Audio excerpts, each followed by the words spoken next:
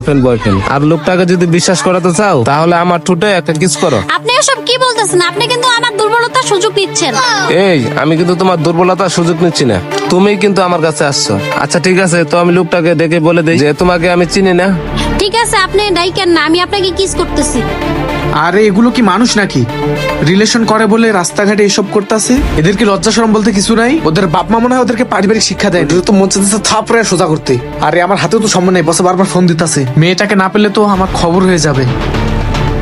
সর বেটা এখান থেকে। আরে আপনি এটা কি করলেন? কি করলাম এবার মজা বুঝবি। টাকা দে, টাকা বের কর।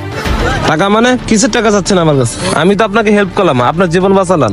হ্যাঁ, তুই তো আমার জীবন বাঁচিছিস, এখন তোর জীবন সমস্যার ভিতরে আছে। কথাটা বাড়াইয়া চালু করে 2 লাখ টাকা দে। আরে আমার জীবন বিপদে মানে? আর আপনি আমার কাছে কিসের টাকা চাচ্ছেন? কিসের টাকা মানে? এই দেখ। আরে এটা